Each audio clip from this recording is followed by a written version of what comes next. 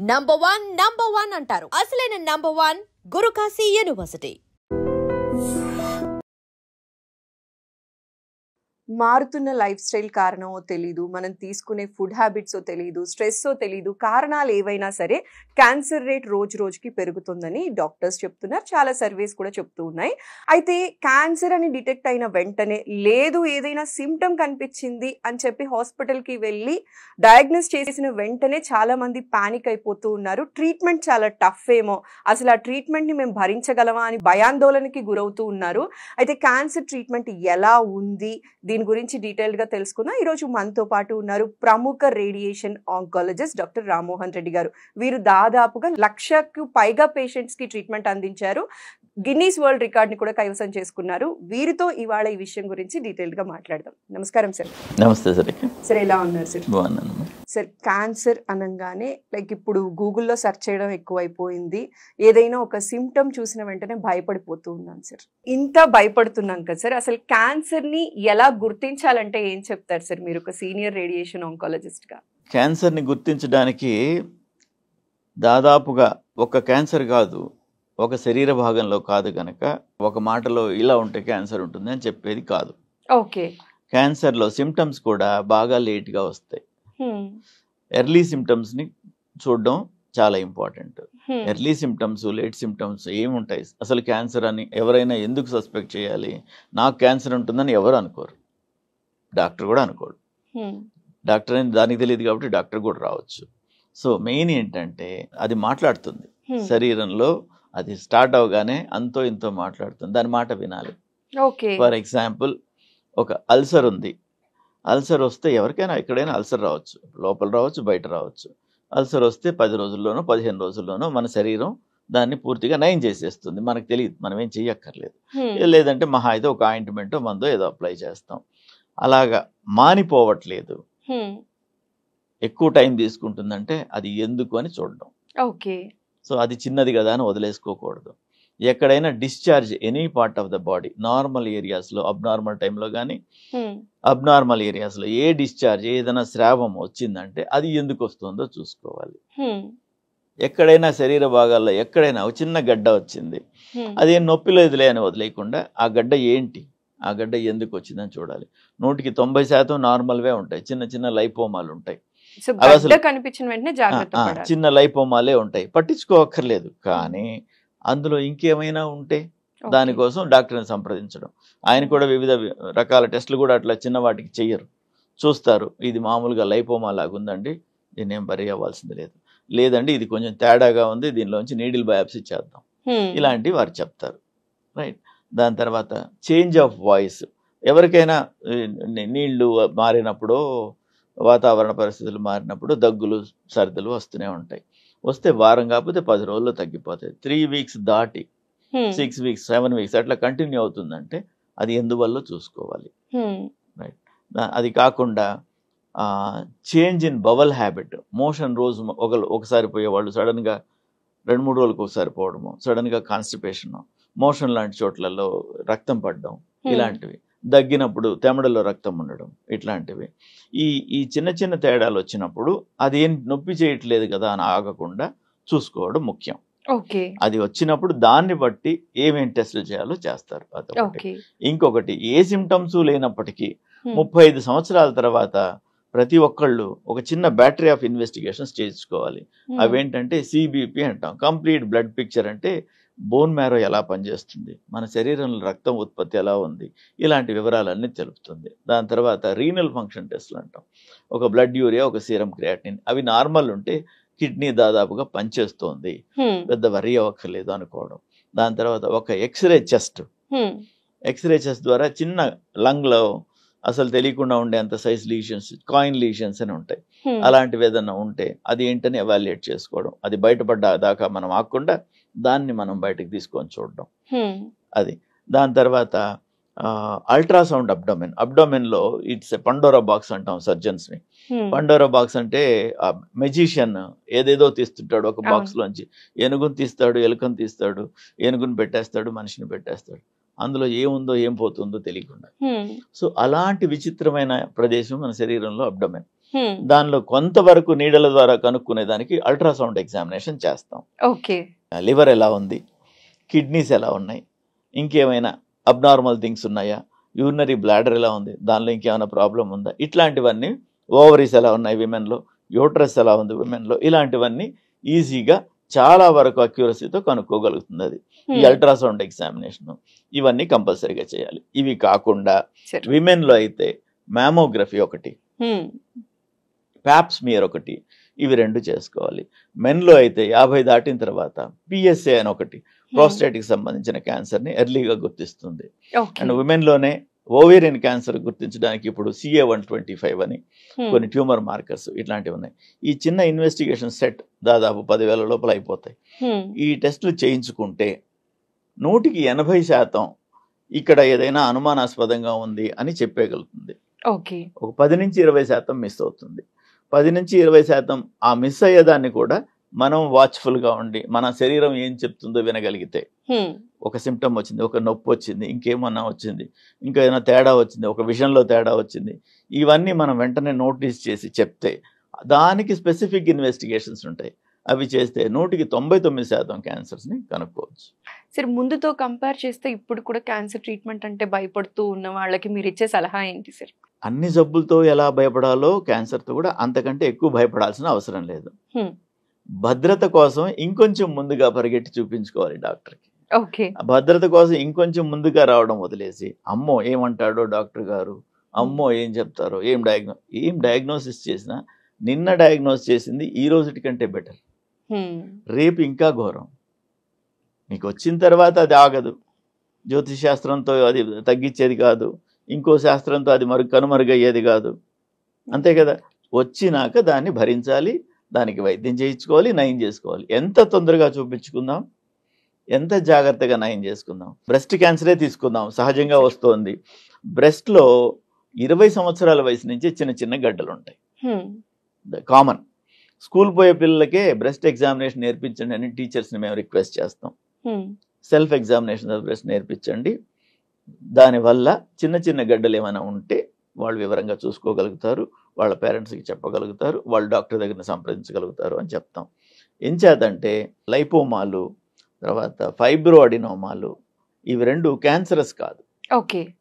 Fibro adenoma సంవత్సరాలు ఉంటే క్యాన్సర్గా transform అవుతుంది. ఫైబ్రో అడినోమా అనేది ఒక చిన్న గడ్డే, సింపుల్ బినైన్ గడ్డ, నాన్ క్యాన్సరస్ గడ్డ. అలాంటిది అలా వదిలేస్తే 10 ఏళ్ళు 15 ఏళ్ల తర్వాత క్యాన్సరస్గా మారుతుంది. ఫైబ్రో అడినోసిస్ అని హార్మోనల్ ఇంబ్యాలెన్సెస్ వల్ల కొంత ఉంటుంది. ప్రతి వాళ్ళకి చాలా మందికి బిఫోర్ పీరియడ్స్ బ్రెస్ట్ ఫుల్గా ఉండడం, టర్జిడ్గా ఉండడం, నొప్పిగా ఉండడం, బరువుగా ఉండడం ఇలాంటివి ఉంటాయి. అలాంటి వాళ్ళకి హార్మోనల్ డిస్టర్బెన్సెస్ వల్లనే అవి చిన్న చిన్న మెడిసిన్స్తో అడ్జస్ట్ అవుతాయి. కానీ మనం కనుక్కోవాలి కదా, అది కనుక్కోవడం కోసం ఈ బ్రెస్ట్ మ్యామోగ్రఫీ ద్వారా బ్రెస్ట్ చూసుకుంటాము. ఈ చిన్న చిన్న మ్యామోగ్రఫీ అన్ని వేళల్లో చెయ్యం, 30 దాటితేనే చేస్తాం. బ్రెస్ట్కి సంబంధించి ఏదైనా సిస్ట్లు వెరీ వెరీ కామన్. 100కి 60 నుంచి 70 గడ్డలు బ్రెస్ట్లో ఉండే సిస్ట్లు అంటే నీరు గడ్డలు. పాల ఉత్పత్తి గ్రంథులు ఎట్లా ఉంటాయంటే ఒక గ్రేప్ బంచ్తో కంపేర్ చేయొచ్చు. గ్రేప్ బంచ్ స్టాక్ పాలు దాదాపు బయటకు వచ్చే నాళం అయితే, గ్రేప్ బంచ్లో వివిధ ఇవి ఉన్నాయి కదా, అవన్నీ కూడా చిన్న డక్ట్యూల్స్.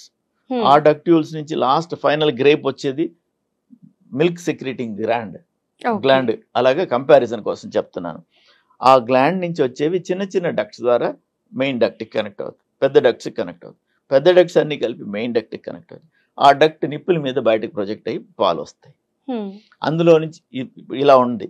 దీంట్లో ఒకటి బ్లాక్ అయింది అనుకుందాం, పాలు ఉత్పత్తి లేని సమయంలో కూడా మైన్యూట్గా చిన్న చిన్న వాల్యూమ్ ఆఫ్ 0.01 ml అట్లాంటి వాల్యూమ్ ఆఫ్ ఫ్లూయిడ్ వస్తూ ఉంటుంది. ఆ గ్లాండ్స్ అవన్నీ డ్రై కాకుండా మన బాడీలో ప్రొటెక్టివ్ విధానం అది. అలాంటివి బయటకు వచ్చేస్తాయి మనకు తెలియకుండా. బయటకు రాకుండా ఒకటి బ్లాక్ అయింది అనుకోండి, అక్కడ సెక్రీట్ ఓవర్ 0.0001 ml అయినప్పటికీ కొన్ని నెలలు అయ్యేటప్పటికి ఒక 2 ml 1 ml అవుతుంది కదా. That looks like a tumour, గడ్డలాగే ఉంటుంది. మహా అయితే నీడిల్ ఆస్పిరేషన్ చేస్తాం దాన్ని, ఒక అల్ట్రాసౌండ్ ద్వారా దొరికిపోతుంది అది నీరు గడ్డ ఉంది. అది నీరు గడ్డనా, మామూలు గడ్డనా, లైపోమానా, ఫైబ్రో అడినోమానా, ఫైబ్రో అడినోసిసా, ఇవన్నీ తేల్చుకుంటే ఫైబ్రో అడినోమా అయితే తీసిపడేద్దాం. నీరుగడ్డే ఉంది వదిలేద్దాం, మరి ఇబ్బంది పెడుతుంది, పెద్దదిగా ఉంది, నీడిల్ పెట్టి ఆస్పిరేట్ చేద్దాం. ఫైబ్రో అడినోసిస్ ఉంది, హార్మోనల్ ప్రాబ్లం వల్ల ఉంది, దానికి మందులు వాడదాం. క్యాన్సరే ఉంది, డయాగ్నోస్ అయింది, వెంటనే ట్రీట్మెంట్ చేయించుకుందాం అనే విధంగా మనం ప్రొసీడ్ అవ్వాలి.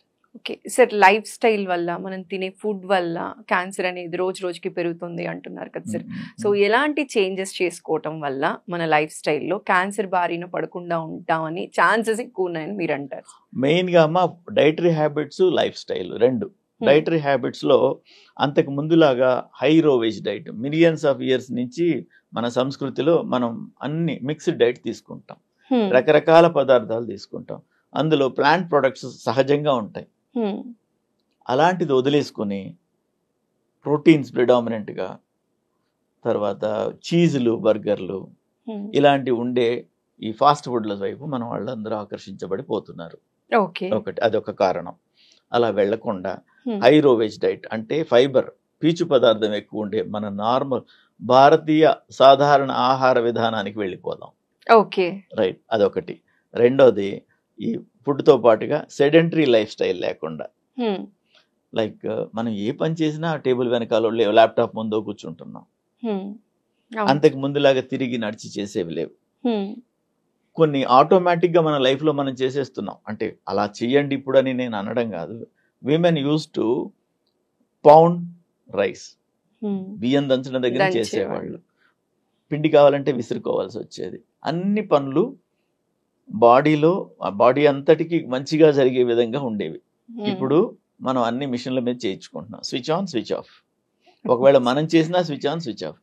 కనుక శరీర వ్యాయామం కొరకు విడిగా 1 గంట సమయాన్ని కేటాయించాలి, ఖచ్చితంగా కేటాయించాలి. బికాస్ అవన్నీ వదిలేసాం కనుక. అవన్నీ వదిలేస్తుంటే వేరే, ఇప్పుడు అంతే కదా, అవన్నీ వదిలేయకపోతే వేరే కదా. అవన్నీ వదిలేసాం కనుక ఇది. తర్వాత పొల్యూషన్ విపరీతంగా ఉంటుంది వాతావరణంలో. ఆ పొల్యూషన్ మనం సొంతంగా మనం చెయ్యొద్దు, రైట్. ఎవరిని చేస్తున్నా నివారించాలి. మొక్కలు ఇది గురించి చూసుకోవాలి. తర్వాత వీలైనంత వరకు ఈ వెహికల్స్ అలాంటివి వాడే వాళ్ళం కూడా 10 మందిని కలిపి ఒకటి వాడడము, సైకిల్ లాంటివి ఎక్కువగా వాడడము, ఎక్సర్సైజ్ కాస్ చేసేవి, సింపుల్ డిస్టెన్సెస్ కి సైకిల్ పెట్టుకోవచ్చు కదా స్టాండ్ బైగా. ప్రతిదానికి నాలాగా కార్ వేసుకొని పోవడం అవసరం లేదు. నేను కూడా అలా చేస్తున్నానేమో అని నేను సవివరంగా ప్రతిరోజు ప్లాన్ చేసుకుంటాను life. In spite of that ఇంకా మొక్కల గురించి చూస్తాను. మొక్కలు ఇలాంటివి కావాలి. ఆహారం కూడా నమ్మకం లేక ఆర్గానిక్ అని అన్ని పేరు పెట్టేస్తున్నారు, రేటు పెట్టేస్తున్నారు. నేనే పండించుకుని తింటున్నాను. ఎవరమైనా పండించుకోవచ్చు. ఒక 100 SFT ఉంటే, 100 SFT ఇంటి పక్కన ఉంటే, లేదు టెర్రస్ పైన 10 కుండీలు పెట్టుకునేంత స్థలం ఉంటే మీ ఆకుకూరలు మీరు పండించుకుంటారు. మూసి ఒడ్డున పడ్డే ఆకుకూరలు తెచ్చుకుని తినక్కర్లేదు, మనమే సొంతంగా పండించు. ఏముంది, ఒక పూల కుండీలో చల్లితే సరిపోతుంది. అది రిపీటెడ్ గా 4 సార్లుగా కట్ చేసుకోవచ్చు. చిన్నవే. ఇలాంటి చిన్న తేడాలతోని డైట్ లో భద్రత, తర్వాత ఎక్సర్సైజ్ చేయడం. ఇంకోటి, మనం బయట తినే పదార్థాలలో చాలా ముఖ్యమైనది నూనె రీయూజ్ చేస్తారు. ఇంట్లో కూడా మనం కొన్నిసార్లు వాడతాం. ఈరోజు వడవేసాం, బాగా ఒక 1/2 లీటర్ నూనె మిగిలింది, దాన్ని రేపు పోపులో వేద్దాం, లేకపోతే ఎల్లుండి బజ్జీ దాంతోనే వేద్దాం. ఇలాంటివి చేయొద్దు. అంటే ఒకసారి వాడిన ఆయిల్ ని మోతాదుగా వాడుకోండి. ఎక్కువ వాడవలసి వస్తే పడేయండి. ఓకే, అంటే డీప్ ఫ్రై చేసింది రెగ్యులర్ గా వాడతాం కదా సార్, వాడొద్దు. ఆయిల్ రీయూజ్ చేసినందువల్ల అక్కడ కార్సినోజన్స్ అక్కడ అదే ఫామ్ అవుతాయి. ఓకే, ఇప్పుడు మనం తినే ఆయిల్స్ చాలా వరకు కూడా అంతకు ముందులాగా సహజ సిద్ధమైన ఆయిల్స్ కాదు. Voluminous non edible vegetable oil నుంచి టాక్సిన్స్ ని తీసేసి ఎడిబుల్ ఆయిల్ లో కలపడం సర్వసాధారణం అయిపోయింది. అంత ప్యూర్ ఆయిల్స్ ఇచ్చేవాళ్ళు లేదు. మనం కోకోనట్ ఆయిల్ తీసుకోండి, కోకోనట్ కొబ్బరి మిల్లులో ఆడిస్తే 20 నుంచి 30% ఆయిల్ వస్తుంది అందులో. అంటే 1 లీటర్ ఆయిల్ కావాలంటే 5 కిలోల కొబ్బరి కుడకలు వేయాలి. 5 కిలోల కొబ్బరి కుడకలు 1000 రూపాయలు ఉంటే ఆయిల్ 200కో 300కో వస్తుంది. ఎలా వస్తుంది? కల్తీ. చేయకపోతే చేయలేరు. ఎలా చేస్తారు? వాళ్ళు వ్యాపారం చేస్తున్నారు, వాళ్ళు సోషల్ సర్వీస్ ఏం చేయట్లేదు కదా. సో కాస్త ఏదో విధమైన ఆయిల్స్ని, మేబీ నాన్ టాక్సిక్ అనుకుంటారు వాళ్ళు. సార్ నాన్ టాక్సిక్ అంటే టాక్సిన్స్ తీసేయగానే మొత్తం 100% తీసేయగలిగావని ఏంటి రూలు? ఎవరు ఎంత జాగ్రత్తగా మనం వాడే పదార్థాలని స్ట్రాటిఫై చేస్తున్నారు, ఇది ఎడిబుల్ ఇది నాన్ ఎడిబుల్ అని. అంచేత మనం వీలైనంత వరకు మనం అన్ని నార్మల్ హ్యాబిట్స్ ఉండడం ఒకటి, ఆయిల్స్ తక్కువ చేసుకోవడం, విపరీతమైన ఫ్రైస్ వాడకపోవడం, సెడెంటరీ లైఫ్ స్టైల్ నుంచి యాక్టివ్ లైఫ్ స్టైల్కి రావడం, ఇవన్నీ ఇంపార్టెంట్. బాడీ వెయిట్ మెయింటైన్ చేసుకోవడం చాలా మంచిది. ఓకే, సో ఒబెసిటీ బారిన పడకుండా నార్మల్ బాడీ వెయిట్ లో మన ఆహార విధానము విపరీతమైన మాన్యువల్ లేబర్కి సరిపోయే విధానం. ప్రపంచ దేశాల్లో ప్రతి మీల్లో మినిమం 80 గ్రాముల ప్రోటీన్ తింటారు చాలా దేశాలలో. పావర్టీకి గురై మరి డౌన్ ట్రాడన్ కంట్రీస్ని వదిలేసుకుంటే జనరల్గా 80 గ్రాముల ప్రోటీన్ ఎవ్రీ మీల్లో తీసుకుంటారు, అది అవసరం. ఓకే, మనం అర్ధ కిలో కార్బోహైడ్రేట్ తీసుకుంటాం కానీ 10 గ్రాములు 20 గ్రాములకు మించి ప్రోటీన్ తీసుకోం. అర్ధ కిలో కార్బోహైడ్రేట్ అరిగించుకోవాలంటే పొద్దుటి నుండి సాయంత్రం వరకు విపరీతమైన మాన్యువల్ లేబర్ చేయాలి. మనం చేస్తున్నామా, మనం చేయగలమా? మనం చేయలేము, మనం చేయట్లేము. అంచేత ఎక్సర్సైజ్ ఒకటే, ఎక్సర్సైజ్ ఒకటే, ఎక్సర్సైజ్ ఒకటే. సార్ లంగ్ క్యాన్సర్ ఎక్కువగా చూస్తున్నాము, అంటే క్యాన్సర్స్ అన్నిట్లో కూడా లంగ్ క్యాన్సర్ బారిన పడిన పేషెంట్సే ఆంకాలజిస్ట్ దగ్గరికి వస్తున్నారు అనేది చాలా సర్వేస్ చెప్తూ ఉన్నాయి సార్. సో లంగ్ క్యాన్సర్ గురించి ఇవాళ డీటెయిల్గా మాట్లాడదాం. అసలు లంగ్ క్యాన్సర్కి సిమ్టమ్స్ ఎట్లా ఉంటుంది, అసలు లంగ్ క్యాన్సర్ అంటే ఏంటి సార్? ఈరోజు మీరు చెప్పినట్టుగానే ప్రపంచవ్యాప్తంగా చెప్తే అన్నిట్లో నెంబర్ 1గా చెప్పదగిన క్యాన్సర్ లంగ్ క్యాన్సర్ అయిపోయింది. విమెన్లో అయితే ఏమి, మెన్లో అయితే ఏమి, అందరిలో కూడా కామన్, అన్ని దేశాల్లో కామన్ అయిపోయింది. ఉమెన్లో కూడా లంగ్ క్యాన్సర్ కామన్ గానే ఉంది. మార్జినల్గా డిఫరెన్స్ ఉమెన్లో కంటే మెన్లో కొంచెం ఎక్కువ. లంగ్ క్యాన్సర్ అంటే ఊపిరితిత్తులకు సంబంధించిన కణజాలంలో ఒక కణం రూపాంతరం చెంది క్యాన్సర్ సెల్గా మారి ఆ సెల్స్ మల్టిప్లై అయ్యి పెద్దవయ్యి గడ్డగానో అల్సర్గానో మారి అవి అక్కడి నుంచి డిసెమినేట్ అయ్యి శరీరంలోని వివిధ భాగాలకు పాకడం, పెద్దవి కావడం, లింఫ్ నోడ్స్ కావడం, రక్తం ద్వారా వెళ్ళిపోతే బోన్స్కి కానీ లివర్కి కానీ ఇలాంటి దాకా అంతా వెళ్ళడం, ఇవన్నీ అయ్యి అడ్వాన్స్ అవుతుంది క్యాన్సర్. లంగ్ క్యాన్సర్ అంటే లంగ్ కణజాలంలో క్యాన్సర్ సెల్ ఒకటి ఉత్పన్నమయ్యి, ఆ క్యాన్సర్ ఉత్పన్నం అవ్వడానికి ఎన్నో కారణాలు ఉన్నాయి. ఉత్పన్నమయ్యి అది అక్కడ క్యాన్సర్గా ఎస్టాబ్లిష్ అయ్యి వివిధ ప్రాంతాలకి పారే గుణమైంది కాబట్టి దీన్ని లంగ్ క్యాన్సర్ అంటాం. అసలు ఏదైనా ఇంజురీ అయినప్పుడు కార్సినోజెన్స్కి ఎక్స్పోజ్ అయితే, కార్సినోజెన్స్ అంటే టొబాకో, స్మోక్ కానీ, పొల్యూటెంట్స్ కానీ ఇట్లాంటి వాటికి ఎక్స్పోజ్ అయితే అక్కడ ఉన్న కణాలు నార్మల్గా ఉండకుండా రూపాంతరం చెంది క్యాన్సర్ సెల్గా మారుతాయి. అవి పెనిట్రేట్ అయ్యి పెద్దవయ్యి ఇవంతా కాకముందే చూసుకుంటే క్యూర్ అవుతాయి. ఇవంతా అయ్యేంతవరకు చూసుకోకపోతే అడ్వాన్స్ అవుతాయి కాబట్టి రెస్పాన్సెస్ బాగుండవు. అందుకని ఎర్లీ డిటెక్షన్ మీరు చెప్పినట్టుగానే ఎర్లీగా చూసుకోవడం, ఎర్లీగా ట్రీట్ చేసుకోవడం చాలా ఇంపార్టెంట్. లంగ్ కణాల్లో క్యాన్సర్ ట్రాన్స్ఫర్మేషను ఈ కార్సినోజెన్స్, ఈ కారణం, ఈ ఇంజురీ, ఈ రెండింటితో క్లబ్ అయి ఉంటుంది. సార్ ఇప్పుడు మీరు అన్నారు సార్ లైక్ టొబాకోకి ఇలాంటి వాటికి ఎక్స్పోజ్ అయిన వాళ్ళలో లంగ్ క్యాన్సర్ చూస్తూ ఉన్నామని. సార్ ఓన్లీ టొబాకోకి ఎక్స్పోజ్ అయిన వాళ్ళు, లేకపోతే స్మోకింగ్ లాంటి హ్యాబిట్స్ ఉన్న వాళ్ళు, వీళ్ళకి మాత్రమే లంగ్ క్యాన్సర్ అనేది కనిపిస్తుందా, లేకపోతే రిమైనింగ్ వాళ్ళలో కూడా ఇది చూస్తున్నారా సార్?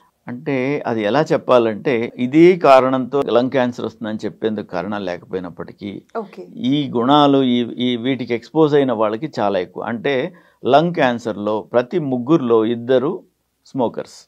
ఓకే, ప్రతి 3లో 2 స్మోకర్స్. అంటే స్మోకర్స్లో డబుల్, నాన్ స్మోకర్స్లో కంటే డబుల్ ఉన్నట్టు, అంతే కదా. ఎక్స్పోజరు ఓన్లీ లంగ్, టొబాకోనే కాకుండా టొబాకో ఏ విధంగా తీసుకున్నా అలాగే ఉంటుంది, స్మోక్ ముఖ్యంగాను. అది కాకుండా కొన్ని టాక్సిక్ సబ్స్టెన్సెస్ పొల్యూషన్ మూలంగా, లైక్ ఇసుకకు సంబంధించిన సిలికా అనే డస్ట్, సిలికా డస్ట్, తర్వాత యాస్బెస్టోస్, సిమెంట్ రేకులు తయారు చేసి అందులో వాడతారు, యాస్బెస్టోస్ ఫైబర్స్, అలాంటివి కొన్ని కార్సినోజెన్స్, కొన్ని వృత్తుల వాళ్ళకి అది కామన్.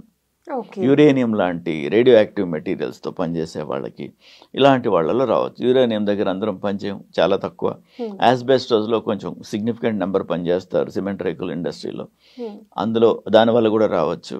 అండ్ స్మోక్ వల్ల అవచ్చు. ఎన్ని కారణాలు ఉన్నాయి. స్మోక్ వీటిలో సింహభాగాన్ని ఇది చేస్తుంది. సార్ మరి మీరు అన్నారు కొన్ని ఇండస్ట్రీలో పనిచేసే వాళ్ళకి మాత్రమే లంగ్ క్యాన్సర్ వస్తుంది, స్మోకింగ్ వాళ్ళకి అని. అయినప్పటికీ కూడా ఎందుకు సార్ లంగ్ క్యాన్సర్ ఎక్కువగా డిటెక్ట్ అవుతుంది?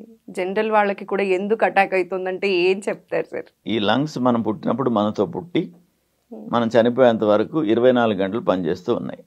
They are taking atmospheric air in. Okay. దాన్ని అందులోంచి ఆక్సిజన్ తీసుకోవడం, కార్బన్ డైఆక్సైడ్ వదిలేయడంతో పాటు లోపలికి వచ్చిన టాక్సిన్స్ అన్ని, కొన్ని టాక్సిన్స్ అక్కడ ఉండిపోతాయి. కార్బన్ 20 ఏళ్ల నవ యువకుడికి ఏదైనా అవసరానికి ఆపరేషన్ చేస్తే ఢిల్లీ లాంటి ప్రాంతాల్లో లంగ్స్ చూస్తే నల్లగా పెయింట్ వేసినట్టుగా కనిపిస్తున్నాయి. బాగా పింకిష్గా, సప్పులుగా, చాలా సాఫ్ట్గా ఉండాల్సినవి బ్రెట్టిల్గా, సరిగా ఎక్స్పాండ్ అయ్యేదానికి కూడా ఇబ్బంది పడే విధంగా ఉంటున్నాయి లంగ్స్. అంటే 20 ఏళ్ల వాళ్ళకి అక్కడ వచ్చాయంటే 20 ఏళ్ళకి వాళ్ళు ఎంత స్మోక్ చేస్తారు, చేస్తే కూడా చేయలేరు. అట్మాస్ఫియర్లోనే ఉంది. వాడు పుట్టినరోజు నుంచి తాగుతున్నట్టే లెక్క స్మోక్. పుట్టినరోజు నుంచి కార్బన్ తీసుకుంటున్నట్టే, పుట్టినరోజు నుంచి అన్ని పొల్యూటెంట్స్ లోపలికి పోతున్నట్టే ఇలాగా. సో మామూలుగా అయితే 60 సంవత్సరాల పైన వాళ్ళకి సర్వసాధారణం. ఈ పొల్యూషన్ మూలంగానే, అట్మాస్ఫియరిక్ వ్యవహారాల మూలంగానే, స్మోక్ మూలంగానే ఈ 30కి 35కే మొదలవుతున్నాయి. ఓకే సార్, లంగ్ క్యాన్సర్ ఉంది అని చెప్పడానికి సిమ్టమ్స్ ఎట్లా కనిపిస్తూ ఉంటుంది సార్ పేషెంట్స్లో? లంగ్ క్యాన్సర్స్లో సిమ్టమ్స్ అనేవి చాలా తక్కువ ఉంటాయి. Okay. To start with early స్టేజెస్లో పోను ఎక్కువ అవుతాయి. ఎక్కువైనప్పుడు పట్టుకుని మన ప్రయోజనం లేదు. ముందుగానే మనం చూడడానికి ముఖ్యంగా ఒక ఏజ్ తర్వాత ఒక లంగ్ ఎక్స్రే అనేది తీసుకోవాలి. దానిలో కాయిన్ లీషన్స్ అని ఉంటాయి. కాయిన్ లీషన్స్ అంటే ఒక చిన్న డైమ్ సైజ్, చిన్న తెల్ల ప్యాచ్ లాగా కనిపించవచ్చు. ఓకే. దాన్ని చూసుకుని అది ఏంటని ఎవాల్యుయేట్ చేసుకోవడం ఒకటి. That is the best thing what we can do, screening లాగా. తర్వాత సిమ్టమ్స్లోకి వస్తే దగ్గు, change of voice, long standing దగ్గు ఉండడం. దగ్గు తగ్గుతుంది, ఎవరికైనా వస్తుంది, తగ్గుతుంది. తగ్గకుండా సంవత్సరాల తరబడి అలా ఉండడం, నెలల తరబడి అలా ఉండడం. చేంజ్ ఆఫ్ వాయిస్ కూడా అందరికీ వస్తుంది, సోర్ త్రోట్ అదో ఉన్నప్పుడు. అలాంటివి తగ్గిపోకుండా నెలలుగా ఉంటే చూసుకోవడం. తర్వాత దగ్గినప్పుడు తెమడ వస్తుంది కదా, అందులో రక్తం ఉండడం, హిమాప్టైసిస్ అంటాం, అలాగ ఉండడం. దాని తర్వాత డీప్ బ్రీతింగ్ తీసుకునేటప్పుడు నొప్పిగా ఉండడం, బాగా నిండుగా శ్వాస తీసుకునేటప్పుడు ఆ రిబ్స్కి వాటికి తగిలినందువల్ల నొప్పిగా ఉండటం. దాని తర్వాత అది ఇంకెక్కడికైనా పాకిన దానివల్ల వచ్చే గుణాలు ఇంకేంటంటే లివర్కి వెళ్ళింది, జాండిస్ లాంటివి రావచ్చు. బోన్స్కి వెళ్ళింది, విపరీతమైన బోన్ పెయిన్ రావచ్చు. ఇంకెక్కడికైనా బ్రెయిన్కి వెళ్ళింది, హెడ్ ఏక్స్ ఇట్లాంటివన్నీ రావచ్చు. అవన్నీ లేట్ సిమ్టమ్స్. ఎక్కడికైనా పాకుతుంది. సో ఎక్కడికి పాకక ముందే అక్కడ మాత్రమే ఉన్నప్పుడే మనం కనుక్కోవడానికి, సిమ్టమ్స్ ఉన్నా లేకున్నా ఒక ఏజ్ తర్వాత ఒక ఎక్స్రే చెస్ట్ తీసుకోవడం. దాని తర్వాత ఏదైనా సిమ్టమ్ ఉంటే అది ఏంటని చూసుకొని తీరడం. ఏదోలే దగ్గు వస్తుంది, పోతుందిలే, దగ్గు వచ్చేదే కదా, అప్పుడు వస్తుంది ఇప్పుడు వస్తుంది అనుకోవడం. సర్ది వచ్చింది, వాతావరణం మారుతుంది, దగ్గు వస్తుంది, 10 రోజులకి మించి ఉండదు కదా. 10 రోజులు దాటిపోయింది, 3 వారాలు 4 వారాలుగా నడుస్తుంది, కంపల్సరీగా ఎగ్జామినేషన్ చేయించుకుని ఎందువల్ల అని చూసుకోవాలి. దీన్ని డయాగ్నోస్ చేయడానికి ఈ సిమ్టమ్స్ అన్నీ ఉన్నప్పుడు డాక్టర్ని అప్రోచ్ అవ్వాలి. డాక్టర్ గారు ఏం చేస్తారంటే వారు చూసి మామూలుగా సిమ్టమ్స్ని బట్టి వైద్యం చేస్తారు. బేసిక్గా అవసరమైన టెస్టులు చేస్తారు, ఎక్స్రే టెస్ట్ లాంటివి. అందులో ఏమి అనుమానం లేకపోతే మామూలు మందులతో పంపిస్తారు. ఒకవేళ అనుమానాస్పదంగా ఉంటే ఎండోస్కోపీ అని ఒక టెస్ట్ చేస్తారు. ఊపిరితిత్తుల లోపలికి సన్నటి ట్యూబ్ను పంపించి ట్యూబ్ ద్వారా డైరెక్ట్గా చూస్తారు లోపల ఏముందని. ఎక్కడైనా గడ్డలాగా కానీ ఎక్కడైనా అల్సర్ లాగా కానీ ఉంటే గమనించి అక్కడి నుంచి బయాప్సీ లాగా తీసుకుని అప్పటికప్పుడే జబ్బు ఉందా లేదా నిర్ధారణ చేయగలుగుతారు. ఒక్కొక్కసారి ట్రేకియా, బ్రాంకస్ అంటారు, గాలి తీసుకునే ఇవి నాళాలు. ఆ నాళాలు మరీ సన్నగా అయిపోతే ఈ ట్యూబ్ వెళ్ళదు. ఆ చివరగా అంటే peripheral part of the lung అంటాం. లంగ్ ప్యారెంకమాలో కానీ లంగ్ పెరిఫరల్ పార్ట్లో ఉంటే కానీ ఇందులో తెలియదు. అప్పుడు ఎక్స్రే ద్వారానో, సిటీ స్కాన్ ద్వారానో, ఎంఆర్ఐ ద్వారానో చూస్తాం. చూసిన తర్వాత నీడిల్ ఆస్పిరేషన్ సైటాలజీ అనే టెస్ట్ చేస్తాం. అది చేసిన తర్వాత తెలుస్తుంది. ఒక్కొక్కసారి ఇంకా అడ్వాన్స్ అయిపోతే ఊపిరితిత్తుల్లో నుంచి అది నీరుని బయటకు తీసి లంగ్ కంప్రెస్ అయిపోయి, లంగ్ స్పాంజ్ లాగా ఉంటుంది, లంగ్ కంప్రెస్ అయిపోతుంది. ప్లూరల్ ఎఫ్యూషన్ అంటాం. ప్లూరల్ ఫ్లూయిడ్ ఎక్కువైపోయేసి లంగ్స్లో నీరు ఎక్కువయ్యి లంగ్ కుచించుకుపోతుంది. ఒక్కొక్కసారి బ్రాంకస్ అట్లాంటివి బ్లాక్ అయిపోయేసి ఒక లంగ్ పనిచేయకుండా పోతుంది. ఇలాంటివన్నీ చూసుకుని నీడిల్ బయాప్సీ తీసుకుని నిర్ధారణ చేస్తాం వ్యాధి. ఇప్పుడు వచ్చిన latest test like PET CT scan వాటిలతో వైద్యం చేయడానికి కాస్త ముందుగా శరీరంలో ఎన్ని ఎక్కడెక్కడ ఉందో అని మొత్తం కూడా మ్యాప్ చేసుకుని ఆబ్జెక్టివ్గా రెస్పాన్స్ని అసెస్ చేయడానికి కూడా అదొక దారి. అలాగే చేసుకుని దాని తర్వాత వైద్యానికి వెళ్తాం. సార్ ట్రీట్మెంట్ ఎట్లా ఉంటుంది సార్ వీళ్ళకి? మనం అనుకున్నట్టే ట్రీట్మెంటు లంగ్ క్యాన్సర్లో కూడా అన్ని క్యాన్సర్స్లో లాగా మల్టీ మోడల్ ట్రీట్మెంటే ఉంటుంది. బాగా ఎర్లీగా ఉందనుకోండి చిన్న ఆపరేషన్ ద్వారా, ఒకప్పుడు పల్మనెక్టమీ అని ఒక సైడ్ లంగ్ తీసేసేవాళ్ళు. దాని తర్వాత ఇప్పుడు సైంటిఫిక్గా టెక్నాలజీ అంతా అడ్వాన్స్ అయిన తర్వాత లోబెక్టమీ అని స్టార్ట్ చేసాం. లోబ్స్ అంటే ఒక్కొక్క లంగ్లో 3 లోబ్స్ ఉంటాయి. ఆ ఇన్వాల్వ్డ్ లోబ్ తీసేసేవాళ్ళు. ఇప్పుడు ఇంకా కూడా సెగ్మెంటెక్టమీ బాగా ఎర్లీగా మనం డిటెక్ట్ చేస్తే ఒక లంగ్లో 3 లోబ్స్లో కలిపి దాదాపు 10 సెగ్మెంట్స్ ఉంటాయి. ఒక సెగ్మెంట్ ఇన్వాల్వ్ అయింది అనుకోండి, ఆ సెగ్మెంట్ వరకే తీసేయచ్చు. అంటే లంగ్ పూర్తిగా తీసేయాల్సిన అవసరం లేకుండా ఆ సెగ్మెంటెక్టమీ చేస్తే కూడా సరిపోతుంది. ఇలాగ చేసి నయం చేయొచ్చు. కాస్త అడ్వాన్స్ అయి ఉంటే లింఫ్ నోడ్స్ ఇన్వాల్వ్ అయి ఉంటే ఫర్దర్ ట్రీట్మెంట్లు కూడా ఉంటాయి. లింఫ్ నోడ్స్ ఇన్వాల్వ్ అయి ఉన్నాయి, దాంతోపాటుగా కీమోథెరపీయో రేడియోథెరపీ ఇవ్వాల్సి వస్తుంది. రైట్. అలాగే ఇంకా అడ్వాన్స్ అయి ఉందనుకోండి ఇమ్యూనోథెరపీలు అట్లాంటివి కూడా ఇస్తారు. ఇమ్యూనోథెరపీ అనేది ఇప్పుడు వరంలాగా వచ్చింది. చాలా చాలా రకాల క్యాన్సర్స్లో ఇది ఉంది.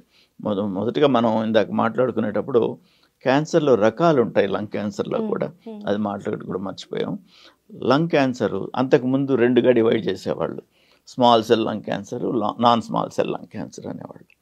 స్మాల్ సెల్ లంగ్ క్యాన్సర్ అనేది లంగ్లో తక్కువే ఉంటే కూడా విపరీతంగా బాడీ అంతా స్ప్రెడ్ అవ్వడం సహజం.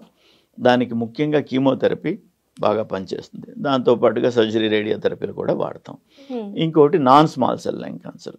అప్పుడు మిగతావన్నిటిని ఒక గ్రూప్గా నాన్ స్మాల్ సెల్ అనేవాళ్ళు. ఇప్పుడు వాటిని లార్జ్ సెల్ క్యాన్సర్ అని, స్క్వామస్ సెల్ కార్సినోమా అని, అడినో కార్సినోమా అని అటు సబ్ డివైడ్ చేశారంటే వాటిల్లో వైద్యం కాస్త వ్యత్యాసంగా ఉంటుంది. ఒక్కొక్క దానిలో దేనికి ఏది చేయాలో అది స్పెసిఫై చేసుకుని ట్రీట్ చేస్తే ఎక్కువ ఇబ్బంది లేకుండా ఎక్కువ బెనిఫిట్స్ వస్తాయి. So small cell cancer, large cell cancer, Adreno carcinoma ఇలాగా రకరకాలుగా ఉంటాయి.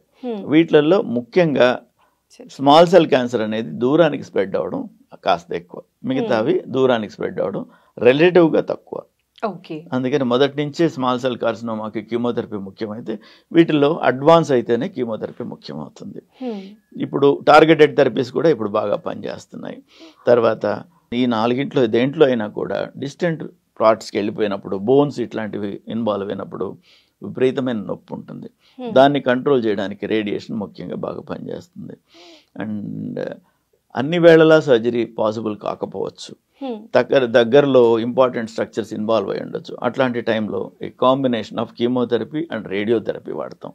So chemotherapy, radiotherapy and surgery ఎన్ని పాళ్లలో ఏది అవసరమో ప్రతి కేసుకి ఇండివిజువలైజ్ చేసి ట్రీట్ చేస్తాం. సార్ ఈ ట్రీట్మెంట్ మనకి ఎలా ఉంటుంది? లైక్ ఎంత డ్యూరేషన్ ఉంటుంది సార్ ట్రీట్మెంట్కి ఓవరాల్గా? సర్జరీ అంటే వర్కప్ చేయడానికి 2 నుంచి 3 రోజులు పడుతుంది. దాని తర్వాత ఆపరేట్ చేస్తే మహా అయితే 10 రోజుల్లో నయం అయిపోతారు. దాని తర్వాత కీమోథెరపీలు, రేడియోథెరపీలు హాస్పిటల్లో ఉండాల్సిన అవసరం ఉండవు. కీమోథెరపీ అంటే 1 రోజు, 2 రోజులు, 3 రోజులు అడ్మిట్ అవుతారు, వైద్యం చేయించుకుంటారు, ఇంటికి వెళ్ళిపోతారు. తర్వాత షెడ్యూల్ 3 వారాలకు 4 వారాలకు ఉంటే అప్పుడు వస్తారు. సో ట్రీట్మెంట్ ఉన్నప్పటికీ it is not continuously hospitalised treatment. హాస్పిటల్లోనే ఉండి వైద్యం చేసుకునేది కాదు కనుక వస్తూ పోతూ అయిపోతుంది కనుక అది వరి అవ్వాల్సిందే. రేడియేషన్ అనుకుంటే మాత్రం 4 నుంచి 6 వారాల పాటు ప్రతిరోజు 10 నిమిషాల పాటు హాస్పిటల్కి వచ్చి వెళ్ళాలి. అప్పుడు కూడా అడ్మిషన్ అవసరం ఉండదు. సార్ ఓవరాల్గా మనకి సర్జరీ, కీమో, రేడియేషన్ అన్నీ కలిపి క్యూర్ అయ్యి మళ్ళీ మనిషిగా నార్మల్ అవ్వాలి అంటే ఎన్ని మంత్స్ పడుతుంది సార్? దాదాపు 4 నుంచి 5 నెలలుగా తీసుకోవాల్సి వస్తుంది. ఒకవేళ అన్ని ఇవ్వాల్సి వస్తే అందరికీ అన్ని అవసరం ఉండవు కదా. కొంత సర్జరీతో నయం అయిపోతారు, అంటే 10 రోజుల్లోనే ఇంటికి వెళ్తారు. కొందరికి సర్జరీ అసలు అవసరమే రాదు, మహా అయితే 5 వారాల్లో అయిపోతుంది. కీమోథెరపీ అంటే మాత్రం షెడ్యూల్ ఎలా ఉంటుందంటే 3 వారాలకు 4 వారాలకు ఒకసారి ఉంటుంది. అలాగే 6 సార్లు 8 సార్లు ఇస్తాం. సో అది ఎక్కువ రోజులు పడుతుంది. ఇంటర్మీడియట్గా హాస్పిటల్కి రావడం కాబట్టి ఇప్పుడు ఏదో ఒక చిన్న ఇబ్బంది వచ్చింది, రోజు డ్రెస్సింగ్కి వచ్చిపోమంటే వచ్చిపోతాం కదా, అలాగే. సార్ అంటే మీరు ఆల్మోస్ట్ చాలా డికేడ్స్ నుంచి చాలా మంది 1,00,000 మందికి పైగా పేషెంట్స్ ని ట్రీట్ చేశారు సార్. అప్పటి ట్రీట్మెంట్ ని ఇప్పటి ట్రీట్మెంట్ ని కంపేర్ చేస్తే ఇప్పుడు క్యాన్సర్ పేషెంట్స్ ఎలా రిసీవ్ చేసుకోగలుగుతున్నారు సార్? అంటే ఎంత అడ్వాన్స్ ట్రీట్మెంట్స్ వచ్చాయి, ఇప్పటికీ కూడా క్యాన్సర్ డిటెక్ట్ అయ్యింది అనగానే ట్రీట్మెంట్కి ఎక్కువ భయపడిపోతూ ఉన్నారు. నేను చెప్తాను, ఒకటి చెప్తాను. దేశవ్యాప్తంగా చూసుకుంటే ఈరోజు ప్రతి సంవత్సరం 70,000 లంగ్ క్యాన్సర్లు డిటెక్ట్ అవుతున్నాయి. ఒక లంగ్ మాత్రమే 70,000 కంటే ఎక్కువ. ఓన్లీ లంగ్ క్యాన్సర్ వరకే తీసుకుంటే 70,000 కంటే ఎక్కువ. ఇన్ని లంగ్ క్యాన్సర్లు ఎప్పుడు ఉన్నాయి. 20 ఏళ్ల కింద 5-6 వేల కంటే డిటెక్ట్ అయ్యేవి కాదు. అప్పుడు డిటెక్ట్ అయ్యేవి తక్కువ ఉండేవి, ఇప్పుడు డిటెక్ట్ అయ్యేవి ఎక్కువ ఉండేవి. అప్పుడు డిటెక్ట్ అయ్యేటప్పటికి అడ్వాన్స్డ్గా చూసేవాళ్ళం. మా దగ్గరకు వచ్చేవాళ్ళు 3-4 స్టేజ్లోనే కామన్గా ఉండేవాళ్ళు ఒకప్పుడు. ఇప్పుడు first stage cancers of lung కూడా చాలా కామన్గా చూస్తున్నాం. కాయిన్ లీజన్గా ఉన్నప్పుడే ఎవాల్యుయేట్ చేసుకునే వాళ్ళు చాలా ఎక్కువ మంది ఉన్నారు. డాక్టర్ దగ్గరికి వెళ్ళినా ఇవాళ రేపు ఏ విషయం గురించి వెళ్ళినప్పటికీ chest X-ray has become a common. Chest X-ray ప్రతిదానికి అవసరంగా ఉంది. ప్రతిదానికి అవసరమైనప్పుడు అందులో ఇది ఉండగానే వెంటనే చూసుకుంటారు. వరంలాగా పేషెంట్ ఏ అవసరానికి వెళ్ళి చెస్ట్ ఎక్స్రే తీసుకున్నప్పటికీ వాళ్ళకి వరంలాగా లంగ్ని స్క్రీన్ చేసుకున్నట్టు. సో ఇలాగా. సో అప్పుడు అడ్వాన్స్డ్గా చూస్తున్నవన్నీ ఇప్పుడు ఎర్లీగా చూస్తున్నాం. ఇప్పుడు ఎర్లీగా చూస్తున్నాం కనుక క్యూర్ రేట్స్ ఎక్కువ. క్యూర్ అయిన వాళ్ళు మాకు కనిపించే వాళ్ళు ఎక్కువ ఉన్నారు. ఒక కాలంలో 20 ఏళ్ల కిందట నేను ఎక్కడైనా ఏదో ఊర్లో ఎక్కడో ప్రయాణం చేసేటప్పుడు డాక్టర్ గారు నమస్తే అన్నారంటే ఏమయ్యాడో, వీళ్ళ పేషెంట్కి బాగైందో లేదో, తిడతాడా పొగుడతాడా అని ఆలోచన చేయాల్సి వచ్చేది. వచ్చి ఏదో చెప్పేవాళ్ళు, వాళ్ళ పేషెంట్ ఏమయ్యాడో వివరం చెప్పేవాళ్ళు, నమస్కారం చెప్పి డిస్పర్స్ అయ్యేవాళ్ళం. ఈరోజు అలాగే లేదు. ఎక్కడికి పోయినా కానీ సర్వైవర్స్ ఉన్నారు. ఈరోజు అలా ఎక్కడ పోయినా సర్వైవర్స్ ఉన్నారంటే ఏంటి? వచ్చారు, నయమయ్యారు, సంతోషంగా జనజీవన స్రవంతిలో వాళ్ళు కలిసిపోయారు. ఎక్కడికన్నా పోతే హాయ్ అంటే మేము సంతోషంగా హాయ్ అనగలుగుతున్నాం. రైట్. అండ్ ఆ రోజుల్లో కొన్ని పరిస్థితుల్లో మేము వివరంగా ఎలా అవుతుంది నెక్స్ట్ అనేది చెప్పలేకపోయేవాళ్ళం. డయాగ్నోస్టిక్స్ టెక్నాలజీ సరిగా లేనందువల్ల. ఇప్పుడున్న టెక్నాలజీతో డయాగ్నోస్టిక్స్ వివరంగా తెలిసినందువల్ల, పెట్ స్కాన్ లాంటి దానివల్ల total volume of disease establish అవుతున్నందువల్ల వాళ్ళకి వివరంగా ప్రోగ్నోసిస్ చెప్తున్నాం. చనిపోయే వాళ్ళు అయితే కూడా ఈ సంవత్సరంలో చనిపోయేదానికి ఆస్కారం ఉంది, కాదు 5-6 ఏళ్ళు బాగుంటారు మీరు అని వైద్యం చేస్తే 5-6 ఏళ్ళు కాదు 10 ఏళ్ళు కూడా బాగుంటారని కరెక్ట్గా చెప్పగలుగుతున్నాం. To a great extent predictability ఎక్కువైంది. చాలా వరకు రమారమి మేము చెప్పింది జరిగే విధంగా మేము అసెస్ చేసుకునేదానికి మాకు టెక్నాలజీ ఈరోజు సపోర్ట్ చేస్తుంది. దానివల్ల వాళ్ళకి చెప్తాం 6 నెలలే ఉంది లైఫ్, వైద్యం చేసుకుంటే ఇంకొంచెం ఎక్స్టెండ్ అవ్వచ్చు అనుకుంటే వాళ్ళు 2-3 ఏళ్ళు బతుకుతారు కదా. అది వాళ్ళకి వివరంగా చెప్పినందువల్ల వాళ్ళకి ఇబ్బంది కలిగినా కానీ బాధపడాల్సిన అవసరం లేకుండా ఉంటుంది.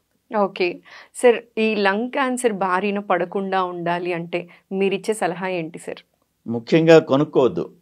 Don't smoke. You are buying it. ప్రతిరోజు వచ్చేసి చిల్లర డబ్బులతోని తెచ్చుకుంటున్నాం. స్మోక్ చేసి మీరు మాత్రమే తెచ్చుకోవట్లేదు, మీ కుటుంబ సభ్యులందరికీ కూడా పంచుతున్నారు. స్మోక్ని మనం as a pollutant, as a toxin ఎట్లా డిఫైన్ చేస్తామంటే primary smoking, secondary smoking, tertiary smoking. Primary smoking అంటే మనం స్మోక్ చేస్తాం. సెకండరీ స్మోక్ అంటే మన పక్కన వాళ్ళకి స్మోక్ వదులుతున్నాం, అట్మాస్ఫియర్లోకి వదిలేసాం, వాళ్ళందరికీ అది అందరికీ వ్యాపిస్తుంది. టెరిషరీ స్మోకింగ్ అంటే మీరు కొన్ని చోట్ల సినిమా థియేటర్లలోనూ కొన్ని దగ్గర స్మోక్ రూమ్స్ అని ఉంటాయి. కరెక్ట్గా తెలియాలంటే స్మోక్ రూమ్లో ఎవరు స్మోక్ చేయని టైంలో వెళ్ళి చూడండి, స్మోక్ వాసనే వస్తుంది. కారులో ఎవరైనా పొరపాటున స్మోక్ చేస్తే ఆ రోజు కాకుండా కొద్ది రోజుల పాటు స్మోక్ స్మెల్ వస్తుంది. స్మోక్ చేయని వాళ్ళు చూస్తే ఎందుకని ఉంది, ఎప్పుడో స్మోక్ చేస్తే ఇప్పుడు ఎందుకు ఉంది, గాల్లో పోయింది కదా. అలా పోయేటప్పుడు కొన్ని మైక్రో పార్టికల్స్ ని that will be impart on the other surfaces, అన్ని సర్ఫేసెస్ మీద ఉంటాయి. అవి ఉంటే ఎప్పుడో ఒకటి డిస్లాడ్జ్ అవుతాయి. తట్టినప్పుడు తుడిచినప్పుడు ఏదో చెప్పినప్పుడు డిస్లాడ్జ్ అవుతాయి. డిస్లాడ్జ్ అయితే మళ్ళీ మన ఊపిరితిత్తుల్లోకి పోతాయి. Primary, secondary, tertiary. Primary smoke చేసేవాడు ఒక్కడే తీసుకుంటే సెకండరీ, టెరిషరీ ప్రతి వాళ్ళు తీసుకుంటున్నారు. స్మోక్ చేయకండి. యాస్బెస్టాస్ ఇండస్ట్రీస్లో అట్లాంటి వాటిల్లో పనిచేసేటప్పుడు మేనేజ్మెంట్ సరైన జాగ్రత్తలు తీసుకోవడం, వీళ్ళు కూడా మాస్క్ లాంటివి వాడి జాగ్రత్తగా ఉండడం ఒకటి. యురేనియం లాంటి వాటిలలో పనిచేసేవాళ్ళు, సిలికా ఇండస్ట్రీలో పనిచేసేవాళ్ళు వాళ్ళు చెప్పిన ప్రిసైజ్ మాస్కులు వాడుతూ కేర్ఫుల్గా ఉండాలి. ఓకే. రైట్. అట్మాస్ఫియరిక్ పొల్యూషన్ అందరి రెస్పాన్సిబిలిటీ, గవర్నమెంట్స్కి, మనకి, ప్రజలందరికీ ఉన్న రెస్పాన్సిబిలిటీ. అట్మాస్ఫియర్ని పొల్యూట్ చేయకండి, మొక్కల్ని పెంచుకోండి, మంచి గాలిని పీల్చుకోండి. Thank you so much sir. Last time breast cancer గురించి కంప్లీట్ ఇన్ఫర్మేషన్ ఇచ్చారు సార్. ఈసారి లంగ్ క్యాన్సర్ గురించి ఎలా గుర్తించాలి, సిమ్టమ్స్ ఏంటి, ఎలా జాగ్రత్త పడాలి, ట్రీట్మెంట్ ఎలా ఉంటుంది అనే విషయం మా వాళ్ళకి అర్థమయ్యేలా సవివరంగా చెప్పినందుకు, మీ విలువైన సమయాన్ని మా ప్రేక్షకుల కోసం కేటాయించినందుకు మరోసారి ప్రత్యేక ధన్యవాదాలు సార్. నమస్కారం. Thank you.